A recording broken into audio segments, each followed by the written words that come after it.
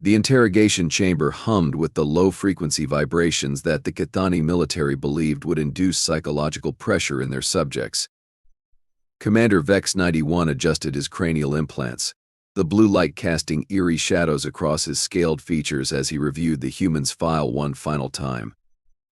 Prisoner designation, Echo 779, he announced to his subordinates, his voice carrying the typical Kithani authority that had broken countless alien minds.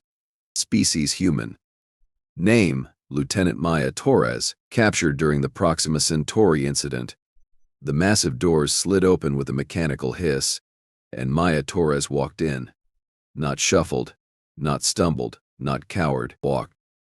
Like she was entering a coffee shop on a Tuesday morning. Vex 91's second in command, Officer Krill 44, leaned forward with anticipation.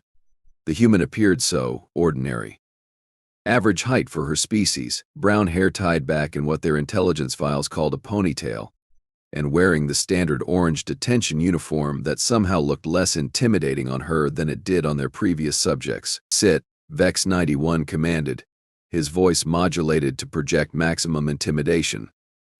Maya glanced around the room, taking in the imposing architecture, the floating holographic displays, and the three Kithani officers who stood nearly 8 feet tall.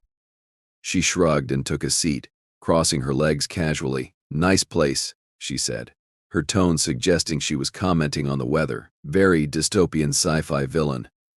I like what you've done with the lighting." Krill 44's eye stalks twitched. Humans weren't supposed to make jokes during interrogation. Their psychological profiles clearly indicated that humans experienced fear, stress, and anxiety when confronted with superior technology and overwhelming force. "You will address me as Commander Vex 91, the lead interrogator stated, activating the room's psychological pressure systems. The walls began to pulse with a reddish glow, and a subsonic frequency designed to induce panic filled the chamber. Maya blinked slowly, looking around at the light show. "Okay, Commander Vex 91. Though I gotta say, this whole mood lighting thing is giving me serious nightclub vibes. Are we about to interrogate me or ask me to dance?" The commander's mandibles clicked in frustration. He'd interrogated Zephyrian warriors, Mantoid assassins, and even void-touched cultists. None of them had ever compared his interrogation chamber to what was a nightclub. "Human," Vex 91 began, his voice taking on a more menacing tone.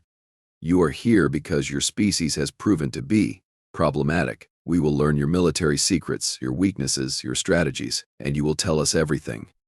Maya nodded thoughtfully. "Sure thing, Commander. But first, quick question. Do you guys have coffee? Because I haven't had my morning caffeine fix, and I'm basically useless without it. Fair warning." Officer Krill 44 exchanged glances with the third member of their team, Interrogator Zyx 88. "This wasn't going according to protocol at all. We do not serve refreshments to prisoners," Vex 91 replied coldly. "Bummer," Maya said, then yawned. Actually yawned, like she was bored. "Well, I guess we should get this show on the road then. What do you want to know?" The commander's confidence wavered slightly. In all his years of interrogation, subjects either broke down immediately or tried to maintain defiant silence. None of them had ever been this cooperative, casual. He couldn't quite categorize her behavior. "Your cooperation is noted," he said carefully, "but we prefer to use more persuasive methods to ensure truthfulness." "Persuasive methods?" Maya raised an eyebrow. "Like what, more mood lighting?" Vex 91 activated the main display screen, a massive holographic projection that filled the entire wall. The image that appeared was horrifying. A battlefield scene showing human soldiers being torn apart by Kithani plasma weapons, bodies flying through the air, screaming faces, absolute carnage.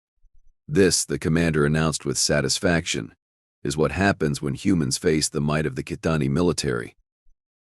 As you can see, your species is fragile, weak, and ultimately doomed." Maya looked at the screen, her expression unchanging. She watched for a moment, then tilted her head slightly. "Ha," she said. "Are you not terrified?"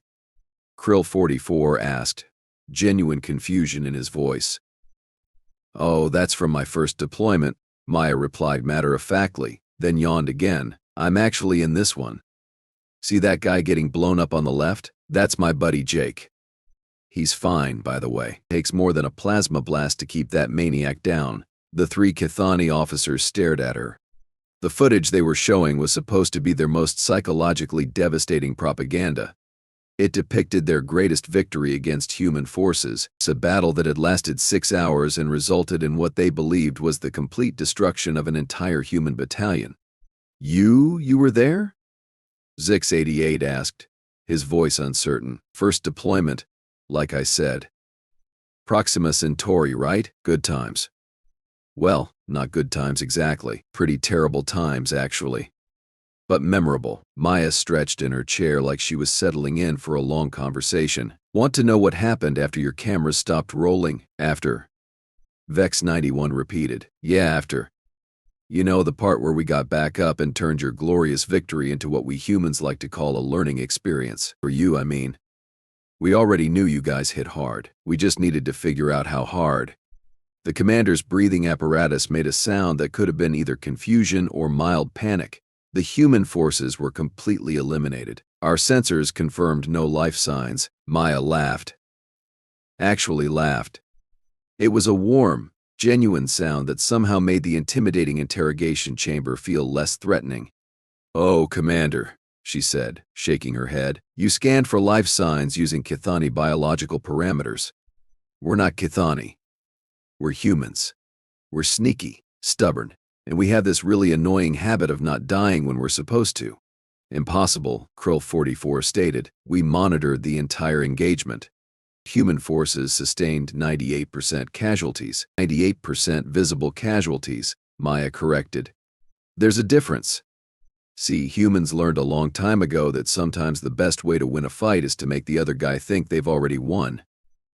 She leaned back in her chair, looking remarkably relaxed for someone who was supposedly being interrogated by hostile aliens.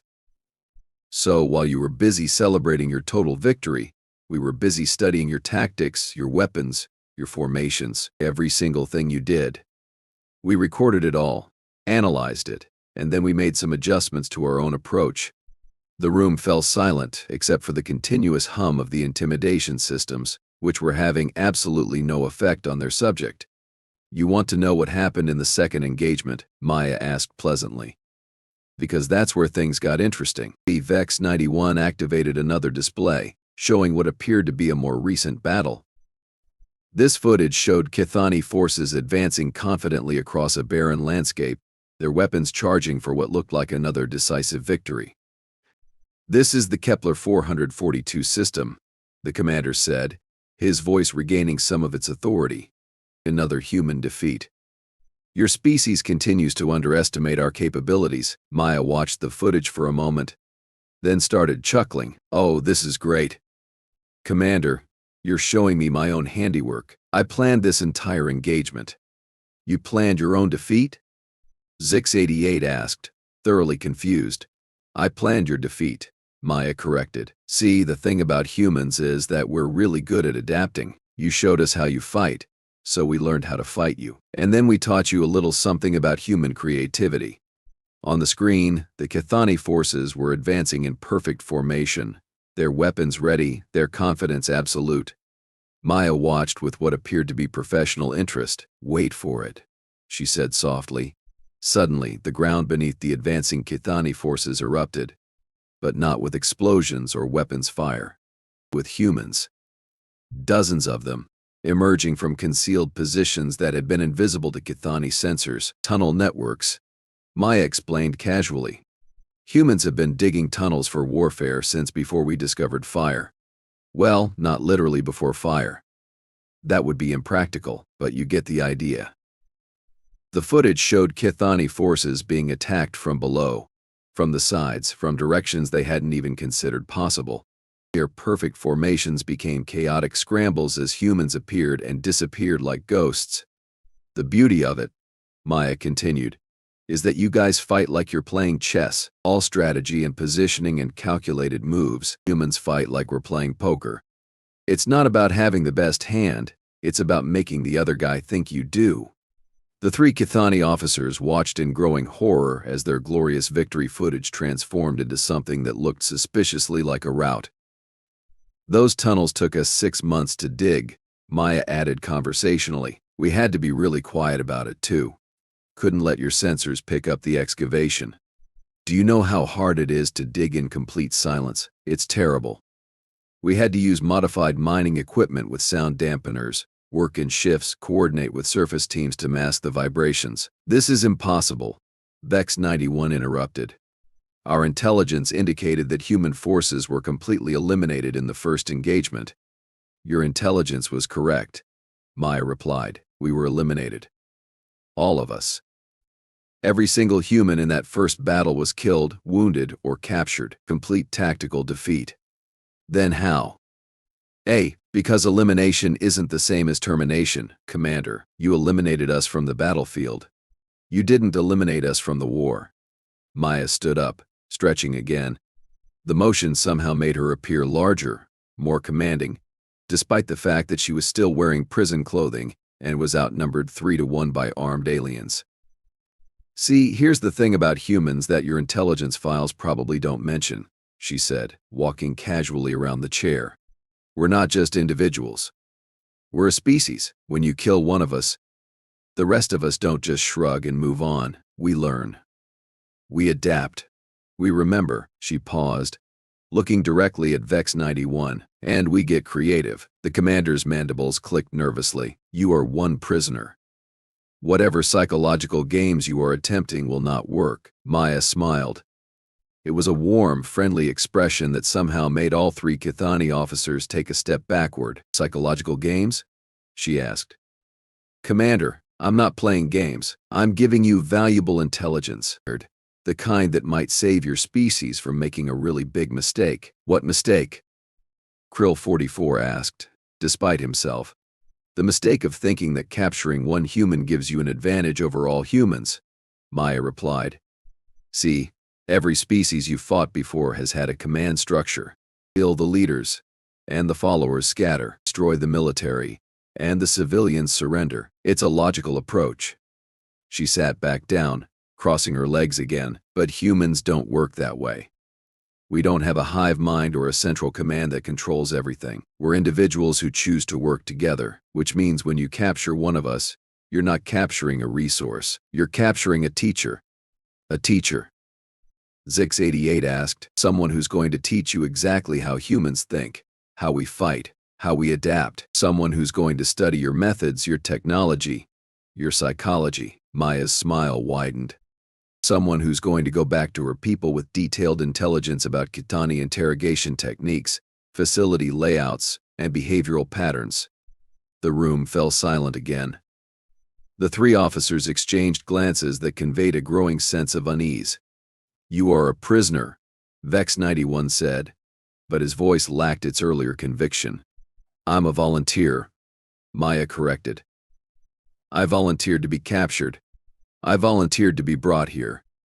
I volunteered to sit in this chair and have this conversation." "That is ridiculous," Krill 44 protested. "No rational being would volunteer for capture and interrogation." "No rational Kithani would," Maya agreed. "But I'm not Kithani. I'm human. We do irrational things all the time. It's kind of our specialty." She leaned forward, her expression becoming more serious. "Commander, how many humans do you think it would take to crew a ship capable of interstellar travel?" "Irrelevant," Vex 91 replied, but his tone suggested he was calculating the answer. "Humor me. B. Approximately 50 to 70 individuals, depending on the vessel's size and mission parameters. Good estimate. Now, how many humans do you think you captured when you took me prisoner?" The commander's breathing apparatus made that uncertain sound again. "1. Obviously," Maya shook her head. "You captured one human body. But you also captured 50 years of human military experience, detailed knowledge of 12 different star systems, and complete technical specifications for human weapons and defensive systems, and personal relationships with approximately 200 active military personnel." She stood up again, and this time her movement was less casual, more purposeful. Plus, she added, you captured someone who really wants to understand how your technology works. And you've been kind enough to give me a guided tour of your interrogation facility. The three Kithani officers suddenly realized that Maya hadn't just been sitting casually in her chair. She'd been observing, studying, learning. The psychological pressure systems are interesting, she continued conversationally. Subsonic frequencies combined with specific light wavelengths to induce anxiety responses, very clever. Probably works great on species with similar neurological structures to yours. How do you know about our pressure systems? Vex 91 demanded. Because I've been sitting in them for 20 minutes, and I study military technology as a hobby. Also, you're not exactly subtle about it.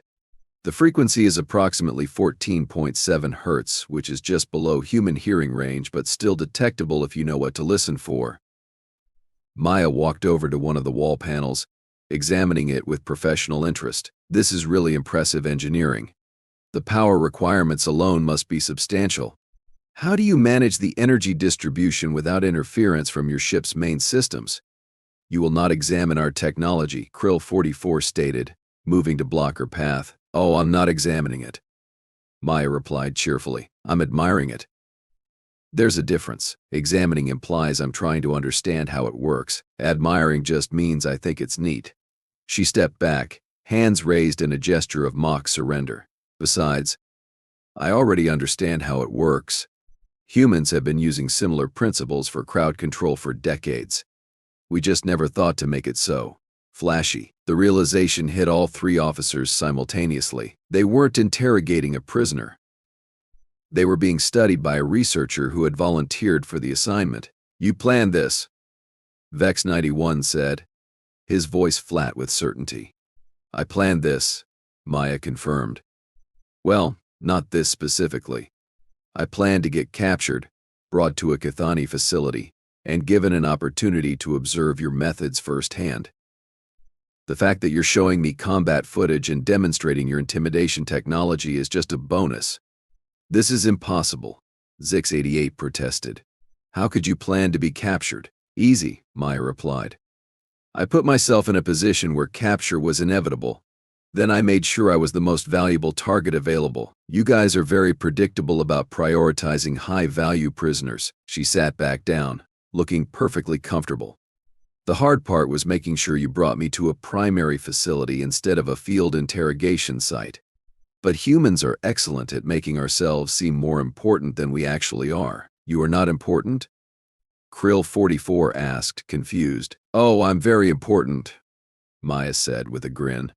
I'm just not important in the way you think I am. You captured me because you thought I had valuable military intelligence, which I do. But the real value isn't what I know about human military operations. She paused, letting the implications sink in. The real value is what I'm going to learn about Kithani military operations. And then what I'm going to teach to every other human in the galaxy. Commander Vex 91 felt something that his species didn't have a proper word for. It was a combination of professional respect, growing dread, and the uncomfortable realization that he had made a significant tactical error. You are suggesting that this entire interrogation is a human intelligence operation? He asked. I'm not suggesting anything, Maya replied. I'm telling you exactly what's happening, because that's part of the plan too. What plan? Bed. Maya's smile became something that would have been frightening if it weren't so genuinely friendly. The plan to make sure that every Kithani commander in the galaxy knows exactly how humans think, how we operate, and why underestimating us is a really bad idea. The interrogation chamber suddenly felt much smaller than it had when Maya first entered.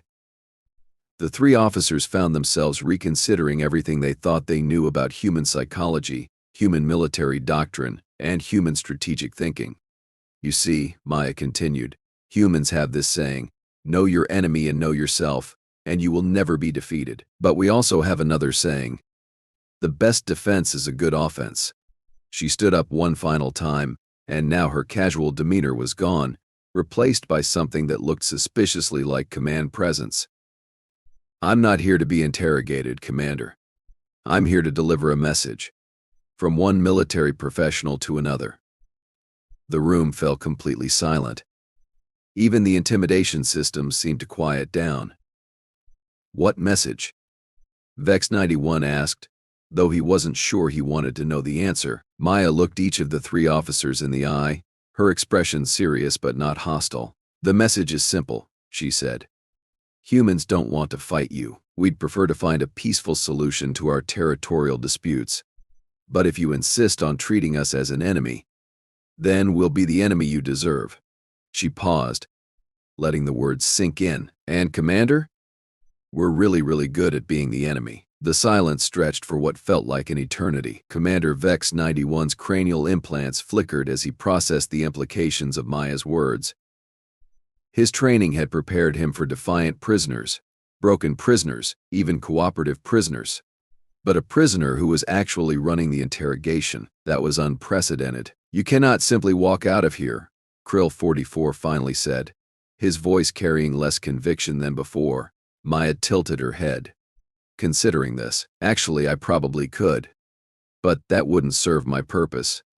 I'm exactly where I need to be, doing exactly what I came here to do. She gestured around the chamber. This conversation is being recorded, right? Standard interrogation protocol would require documentation of prisoner responses. Of course it is being recorded. Zix 88 replied automatically, then immediately looked like he regretted saying anything. Perfect, Maya said with satisfaction. So when this recording gets reviewed by your superiors, analyzed by your intelligence teams, and eventually distributed to other Kitani commanders, they'll all get to hear exactly what I want them to hear. Vex 91's mandibles clicked rapidly, a sign of extreme agitation. You are attempting to use our own systems against us. I'm not attempting anything, Commander. I'm succeeding. Your recording systems are now broadcasting human strategic doctrine to your entire command structure, free of charge. Ticia.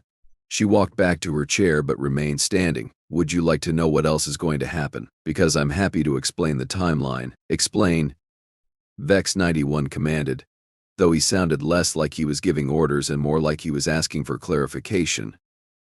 Well, first, you're going to continue this interrogation because protocol demands it. You'll ask me questions about human military capabilities, and I'll give you answers that are completely truthful and absolutely misleading.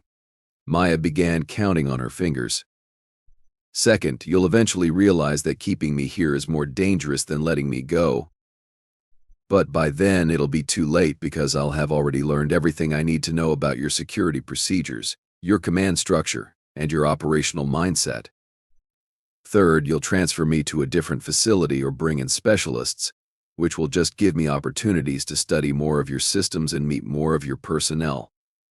Fourth, you'll either execute me or release me. If you execute me, I'll become a martyr and humans will use my sacrifice to justify increasingly aggressive responses to Kithani expansion. If you release me, I'll go back to human space with detailed intelligence about your methods and capabilities. She paused, looking at each officer in turn. Either way, humans win. The only variable is how much damage gets done in the process. Officer Krill 44 stepped forward, his posture aggressive. You assume we will follow predictable patterns. Perhaps we will simply keep you here indefinitely. Maya laughed again, and the sound was genuinely amused. Oh, Krill 44, that's actually the worst possible option for you. See, keeping me here indefinitely means I get to observe your operations on a daily basis. I get to watch shift changes, study personnel behaviors, analyze your logistics systems. She gestured around the room. Plus, I get to have conversations like this one with every interrogator you bring in. And each one teaches me something new about how Kithani military thinking works. You are one individual, Vex 91 protested. Your observations cannot significantly impact the strategic balance.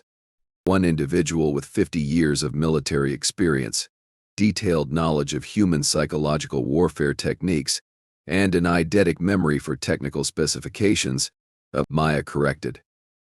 Also, I'm not the only one. The three officers exchanged glances. Not the only one. Did you really think humans would send just one volunteer for this kind of operation? Maya asked with apparent surprise. Commander, How many human prisoners are currently in Kethani custody? Vex 91 hesitated, clearly calculating whether this information was classified. Approximately 47 individuals across 12 facilities. 47 volunteers, Maya corrected. Each one specifically selected for their ability to gather intelligence, survive interrogation, and provide valuable information to their handlers. She sat down finally, crossing her legs again. We're not prisoners, Commander. We're researchers. And you've been giving us the most comprehensive education in Kethani military doctrine that anyone could ask for. Zex-88 made a sound that might have been distress. This is not possible. Our security protocols are designed to prevent prisoners from escaping or communicating with outside forces, Maya interrupted. They're not designed to prevent prisoners from learning, because why would you need to prevent that? What could a prisoner possibly learn that would be useful? She spread her hands. Turns out quite a lot. Facility layouts, guard rotations, command protocols, interrogation techniques, psychological profiles of personnel, technical specifications of equipment. You cannot have memorized all of that, Krill 44 stated. I memorized all of that before I finished my morning coffee, Maya replied cheerfully. Well, I would have if you guys had coffee, which, by the way, is going in my report as a significant quality of life issue for human prisoners. Commander Vex 91 felt something that his species would have called a headache if they were capable of getting headaches. You are writing a report. I'm writing several reports. One for human military intelligence, one for human diplomatic corps, one for human strategic planning, and one for human psychological warfare specialists. Maya began counting on her fingers again. Also probably one for human engineers. Because some of your technology is genuinely impressive and we'd like to understand how it works. You will not be permitted to transmit these reports, Zex-88 said firmly. I won't need to transmit them, Maya replied. I'll deliver them personally when I return to human space. You will not be returning to human space. Maya's expression became more serious. Commander, let me ask you a question. How long has this war been going on? There is no war. Vex 91 replied automatically. There are territorial disputes and resource conflicts, but no formal declaration of hostilities. Right, no formal war. Just a series of increasingly violent misunderstandings between our species. Maya leaned forward slightly. And how's that working out for you? The commander's silence was answer enough. See, here's the thing about humans, Maya continued. We're actually pretty reasonable. We prefer negotiation to violence, cooperation to competition, trade to conquest. But we're also really good at adapting to whatever situation we find ourselves in. She stood up again, this time moving with deliberate precision. If you treat us as partners, we'll be excellent partners. If you treat us as competitors, we'll be formidable competitors. If you treat us as enemies, we'll be the kind of enemy that makes you wish you'd chosen literally any other approach. Maya finished. You are threatening us, Krill 44 observed. I'm warning you, Maya corrected. There's a difference. A threat is something you do to an enemy. A warning is something you give to someone who still has a choice. She walked over to the wall display that had been showing combat footage. May I? Commander Vex 91 hesitated, then nodded slightly. Maya activated the display, her fingers moving across the Kethani interface with surprising familiarity. Interesting control scheme, she commented. Very intuitive once you understand the logic behind it. The display showed a star map with human and Kethani territories marked in different colors. The border between them was a jagged line of contested systems. This is the current situation, Maya said, gesturing to the map. Humans control roughly 400 star systems. Kethani control roughly 600. The overlap zone contains about 50 systems that both species claim. Your point? Vex 91 asked. My point is that we're fighting over 50 systems when there are literally millions of unexplored systems in this galaxy. Maya manipulated the display, zooming out to show the broader galactic context. We're like two neighbors arguing over a flower bed when there's an entire continent of unclaimed land right next to us. She turned back to face the three officers. Humans don't want your territory, Commander. We want our own territory. The problem is that every time we try to expand into unclaimed space, we run into Kithani forces who think we're trying to threaten their borders. Expansion is a threat, Krill 44 stated. Expansion is survival, Maya replied. Every species needs room to grow. The question is whether that growth happens through cooperation or conflict. She manipulated the display again, showing shipping routes and trade connections. Look at this.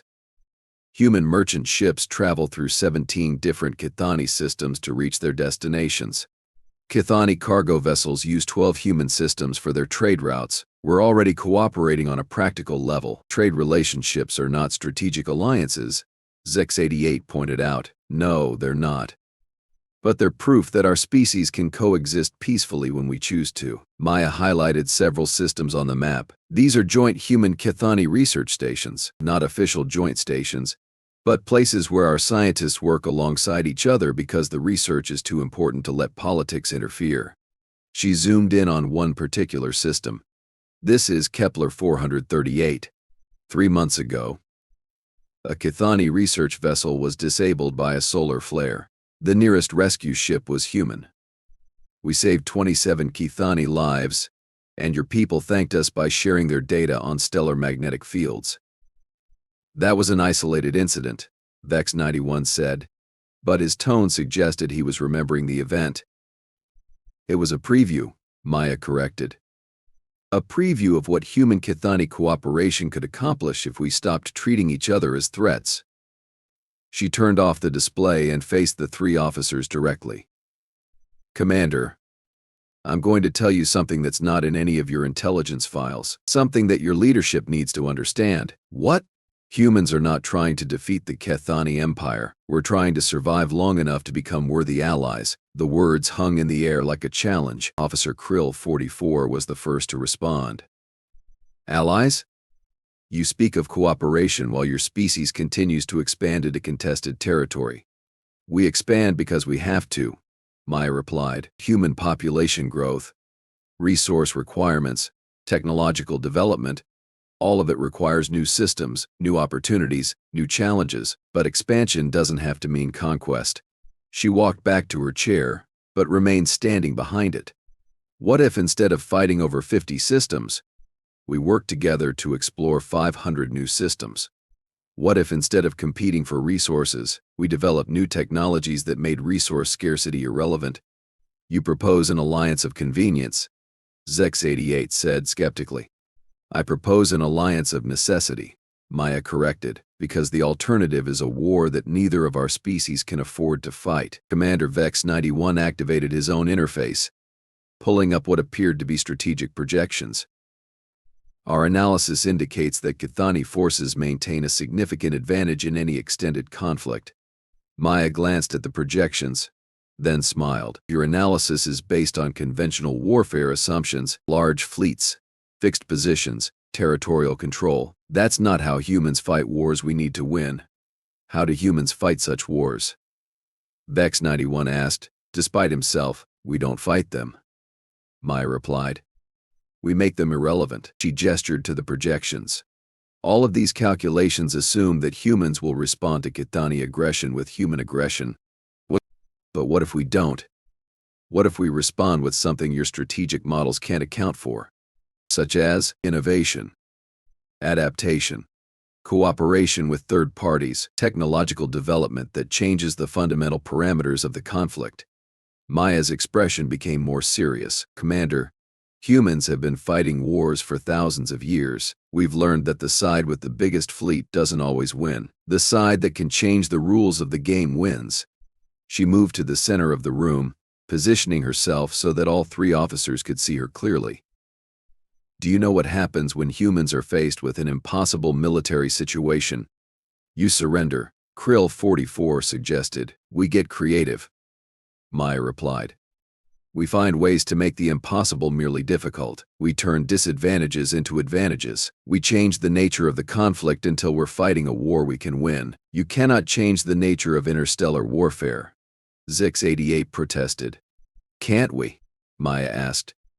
What if humans developed technology that made traditional space combat obsolete? What if we formed alliances with other species that shifted the balance of power? What if we found ways to make territorial expansion unnecessary? She paused, letting the implications sink in. What if we simply left? Left? Vex 91 repeated. Left this region of space entirely. Packed up our entire civilization and moved to a completely different part of the galaxy. Maya shrugged. Humans are nomads, Commander. We're explorers. If one neighborhood becomes too dangerous, we find a new neighborhood. That would be unprecedented, Krill 44 said uncertainly. It would be very human, Maya replied. We've done it before. When conditions in one region become untenable, we migrate to regions with better opportunities. Usually we prefer to stay and work things out, but migration is always an option. She sat down finally, crossing her legs in her characteristic casual pose. Of course, if we did leave, we'd take all of our technology with us, all of our trade relationships, all of our research data, all of our cultural and scientific achievements. You would leave behind established colonies and infrastructure, Zix88 pointed out. We'd leave behind empty systems for the Kitani to claim, Maya agreed. But we'd also leave behind the knowledge of how to build everything we built. And we'd remember who forced us to leave. The implied threat was subtle but unmistakable. Commander Vex 91 found himself reconsidering the strategic implications of human migration. You are suggesting that humans would abandon their territory rather than fight for it, he said slowly. I'm suggesting that humans would choose the option that gives us the best chance of long-term survival and prosperity, Maya replied. If that means fighting, we'll fight. If that means leaving, we'll leave. If that means negotiating, we'll negotiate. She leaned forward slightly. But Commander, if we leave, we won't be leaving forever. Humans always come back. And when we come back, we're usually stronger, smarter, and more determined than when we left. You speak of return as if it were inevitable, Krill 44 observed. It is inevitable, Maya said with quiet certainty, because humans don't forget. We don't forgive easily, and we don't give up. She stood up one final time, and now her casual demeanor was completely gone. In its place was something that looked like command authority backed by absolute confidence. Commander Vex 91, I'm going to give you one last piece of intelligence, free of charge. Consider it a professional courtesy. What intelligence? Maya looked each of the three officers in the eye, her expression deadly serious. The 47 humans currently in Kitani custody were not the advanced scouts. We're not the intelligence gathering operation. We're not even the main event. She paused, letting the words sink in. We're the peace offering. Peace offering? Vex 91 repeated. Humans who volunteered to be captured so that we could deliver a message to Kitani leadership. It's a message about human capabilities, human intentions, and human willingness to find a peaceful solution to our current situation. Maya's smile returned, but now it carried a weight that made all three officers step backward. If you reject the peace offering, Commander, then you get to find out what the main event looks like. The interrogation chamber fell silent, except for the hum of machinery and the sound of three Kitani officers trying to process the implications of what they'd just heard. You are claiming that this entire situation is a human diplomatic initiative, Vex 91 said finally. I'm claiming that humans tried diplomacy first, Maya replied. Whether it remains diplomacy or becomes something else, that's up to you. She walked toward the door, then stopped and turned back. Oh, and Commander? When you file your report on this interrogation, you might want to include a recommendation. What recommendation? That your superiors contact human diplomatic representatives immediately. Because the 47 of us who volunteered for this mission, we're on a schedule. What kind of schedule? Maya's smile became something that would have been terrifying if it weren't so genuinely friendly. The kind that has a deadline. She knocked on the door, a casual gesture that somehow conveyed absolute confidence that it would be opened for her. I think I'm done here, Commander. Unless you have any other questions? Commander Vex 91 stared at the human who had just turned his interrogation into a diplomatic briefing, his prisoner into a messenger, ears, and his position of authority into something that felt suspiciously like a disadvantage. No, he said quietly. No further questions. Excellent, Maya replied as the door opened. Oh, and Commander? Thanks for the coffee. It was terrible. But I appreciated the gesture. She walked out of the interrogation chamber, leaving 3 confused Kithani officers to contemplate the possibility that they had just been outmaneuvered by a species they had consistently underestimated. In the silence that followed, Commander Vex 91 made a decision that would change the course of human-Kithani relations forever. He activated his communication system and began composing a message to his superiors. The message was brief, direct, and unprecedented in Kithani military history. Request immediate diplomatic contact with human representatives. Situation requires urgent reassessment of strategic priorities. As he sent the message, Vex 91 found himself hoping that human diplomatic representatives would be more reasonable than their intelligence operatives. Somehow, he doubted it.